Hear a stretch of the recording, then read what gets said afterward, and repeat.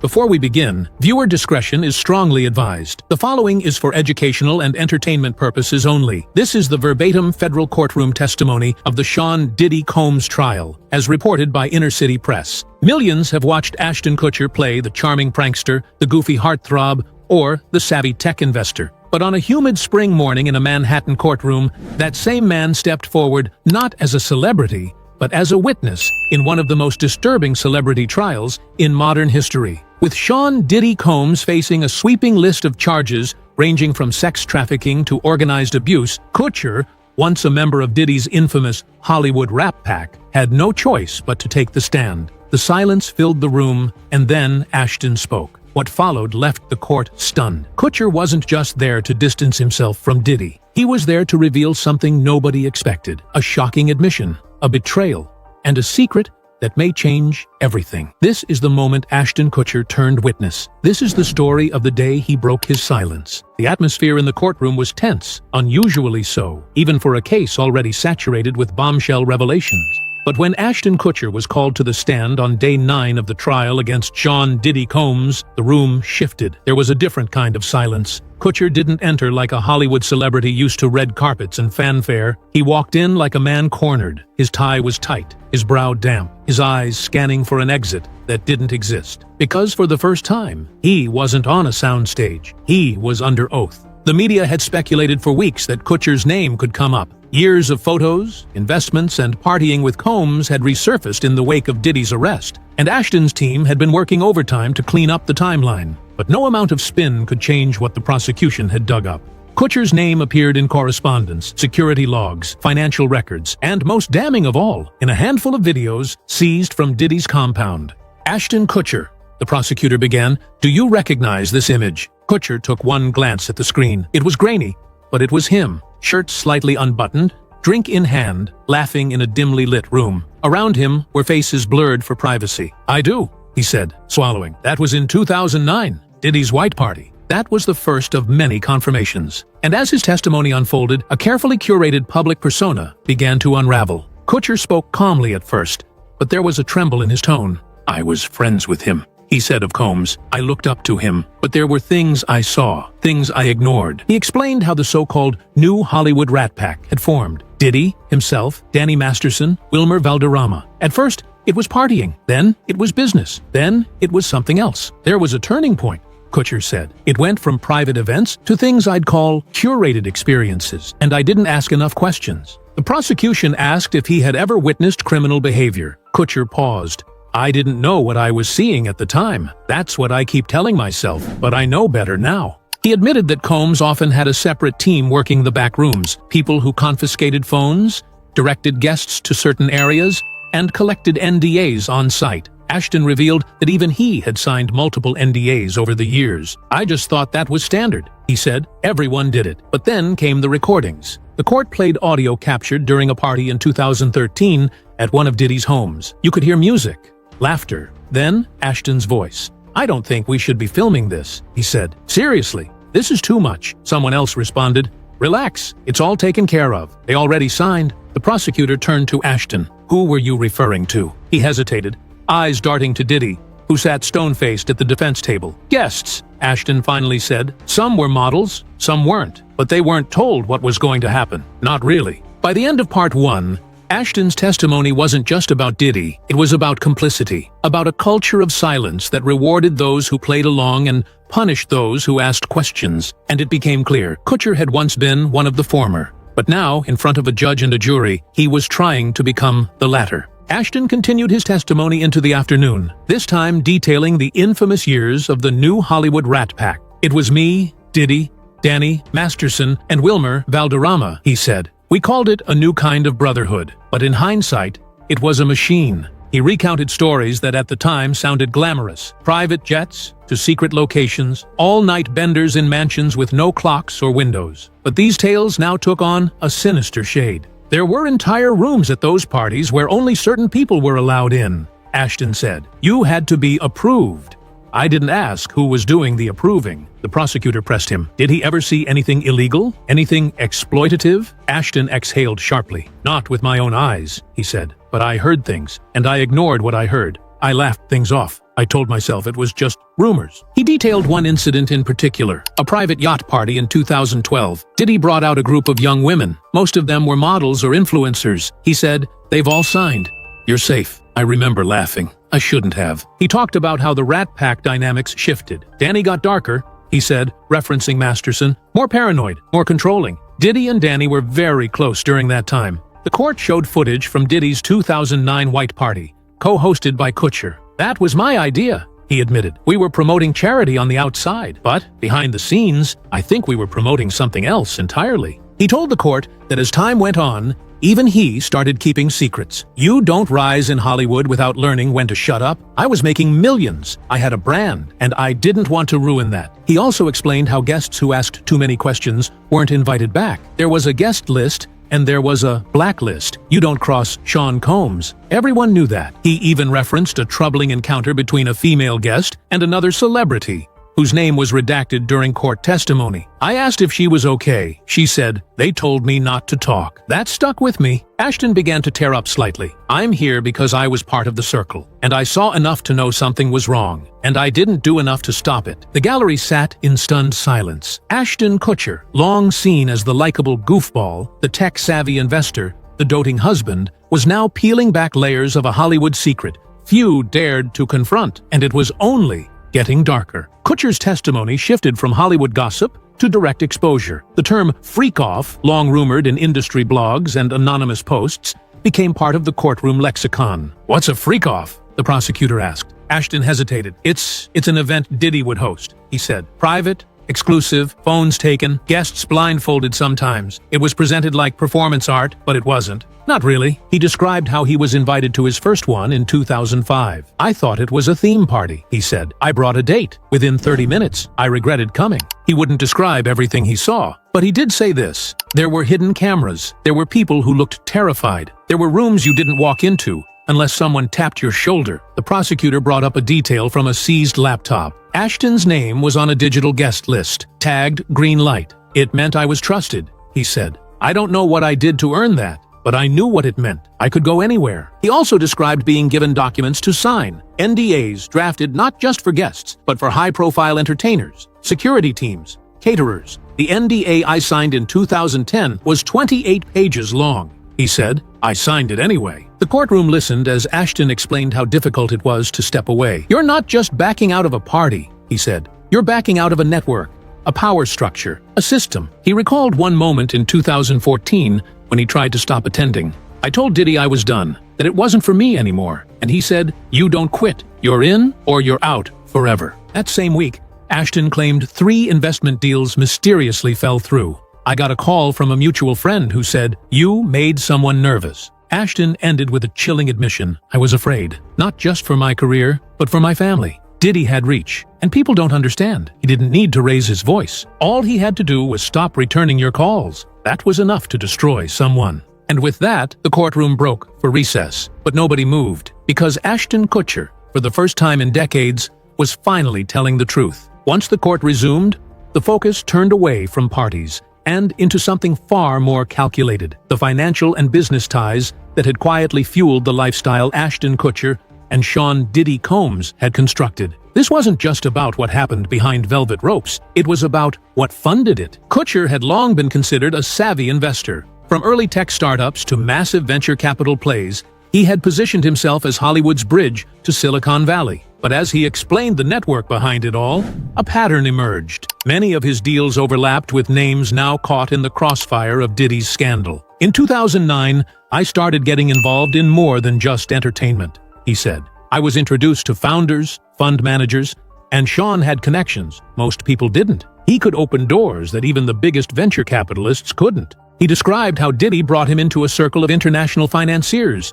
brand developers, and nightlife moguls. They didn't just throw parties, they built companies out of them. There were branding firms disguised as clubs, investment groups disguised as lifestyle blogs. It was marketing, surveillance, and recruitment, all rolled into one. One name came up repeatedly: an anonymous investor tied to several of Kutcher's ventures, later discovered to have direct affiliations with Combs' overseas business arms. Financial records showed large transactions labeled only as consulting or event services, but the destinations of those funds often aligned with dates of notorious private gatherings. Ashton also admitted there were shell companies he never fully understood. "They told me it was to protect intellectual property," he said, but looking back, it was probably to hide who was really funding what. When asked why he didn't dig deeper, Ashton looked down. "Because the money was good?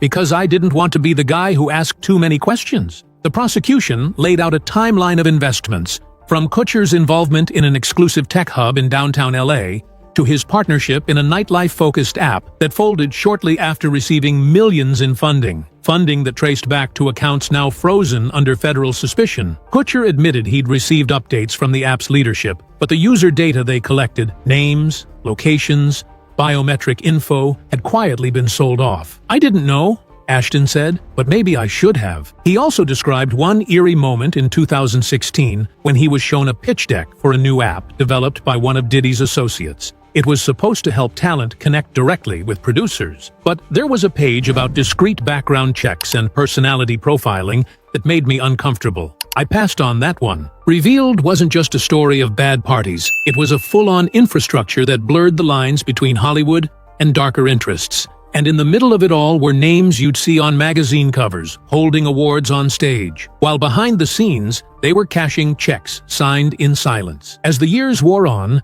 Ashton Kutcher's circle got smaller. The bond that once united the so-called new Rat Pack began to fracture, and not because of scandal, but because of control. It became clear that within this Hollywood fraternity, loyalty had a price, and betrayal came with consequences. After 2014, things changed, he said. Danny Masterson became more paranoid. Wilmer Valderrama started distancing himself, and I started hearing whispers. He wasn't just referring to media gossip. According to Kutcher, people close to the group were quietly breaking away, not out of disagreement, but out of fear. One friend stopped showing up to everything. We thought he was just burned out. Then he called me and said, "You know too much.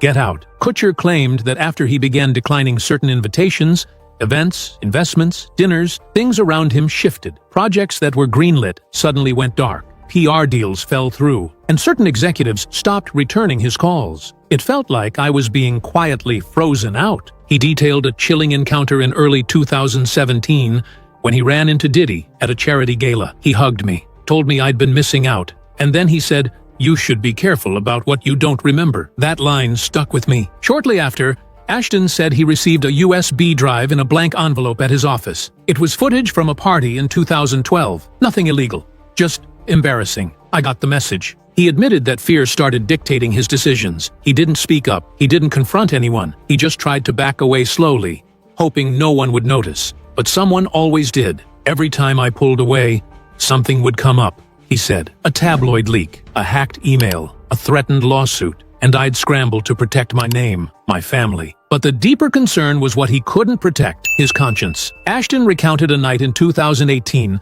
when he got a call from a friend warning him that a civil suit was coming against one of the Rat Pack members. They said, "Don't let this get to you. We'll handle it." That's when I realized this wasn't just friendship anymore. This was damage control. He began distancing himself from everyone involved, quietly moving funds, severing ties, reworking contracts. But even then, the ghosts lingered. Business associates would still bring up Diddy's name with reverence. Tech founders would drop hints about private funding rounds. And all Ashton could do was smile and nod. "I felt like I was being followed by a shadow I couldn't shake," he said. And the worst part was, I helped build it. By 2020, Ashton Kutcher had done everything to scrub his image clean. His investments were framed as altruistic. His media appearances leaned wholesome. His family life was staged like a postcard. But under the surface, he was running. He wasn't alone. The entire entertainment world was shifting. The pandemic forced stars to retreat. Scandals began surfacing. And eventually, Diddy's name was no longer whispered.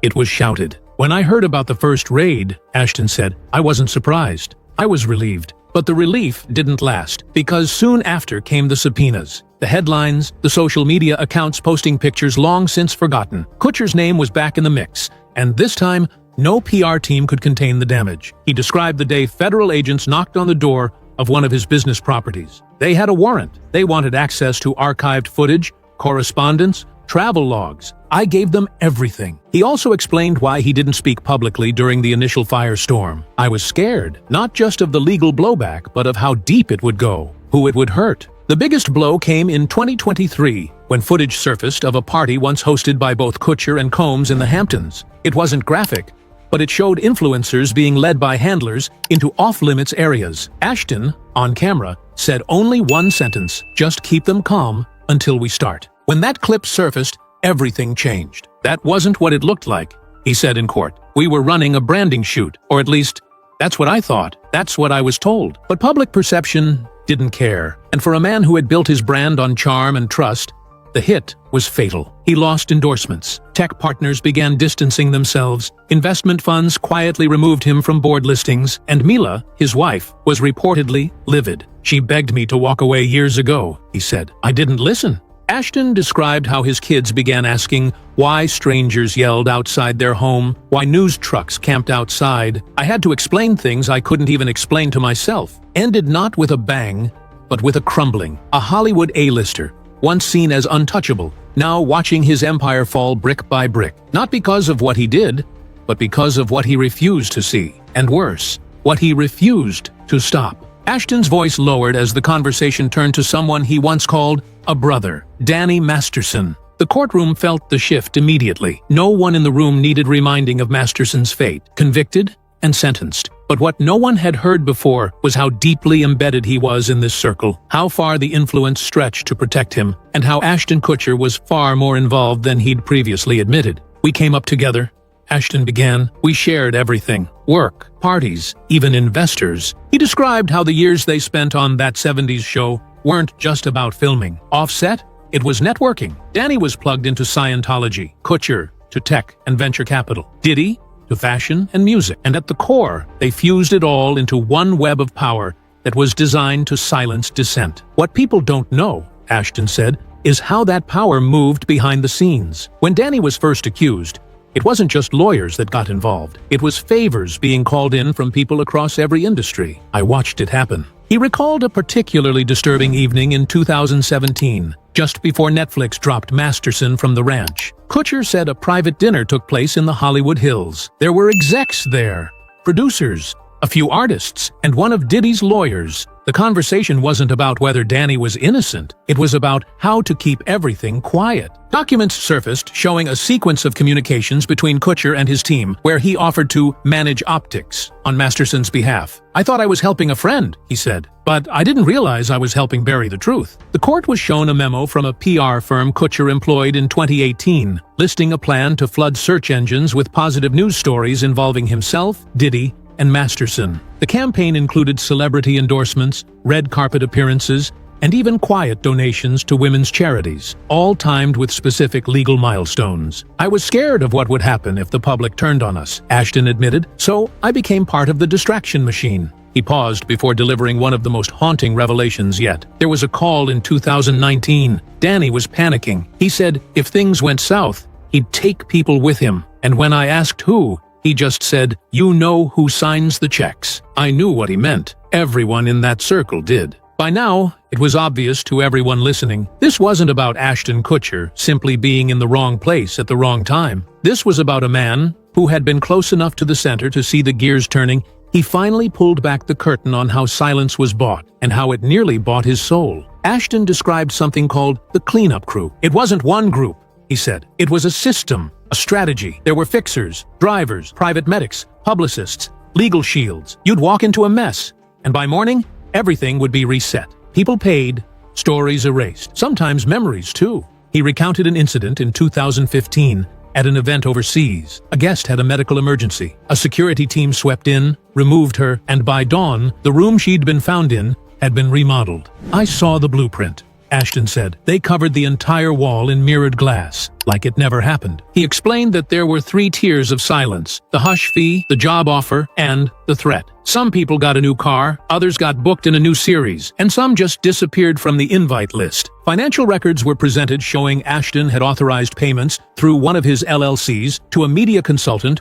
who had, coincidentally, also worked on damage control for a Diddy-led fashion campaign around the same time. When asked why he did it, Ashton's answer was simple: because I didn't know how to escape. He revealed that by 2021, he began quietly withdrawing from certain ventures. He severed ties with Diddy's associates, closed dormant businesses, even deleted a decade's worth of photos from cloud archives. But the deeper he tried to retreat, the more people questioned his silence. "You ever tried to delete a part of your life?" he asked. "The problem is, someone else always has a copy." He spoke about a chilling message sent to his wife, Mila Kunis, in early 2022. A photo of her with their children, captioned with a line from a contract she'd never seen. It wasn't a threat, it was a reminder that even if you leave the party never leaves you. He ended with Kutcher explaining why he was finally speaking out. "Because I got tired of erasing myself," he said. "Because the longer I stayed quiet, the more I became one of them." Ashton Kutcher sat still for a long moment before speaking again. It was as if he knew what Part 9 truly meant, not just for the courtroom, but for the legacy of everyone still watching.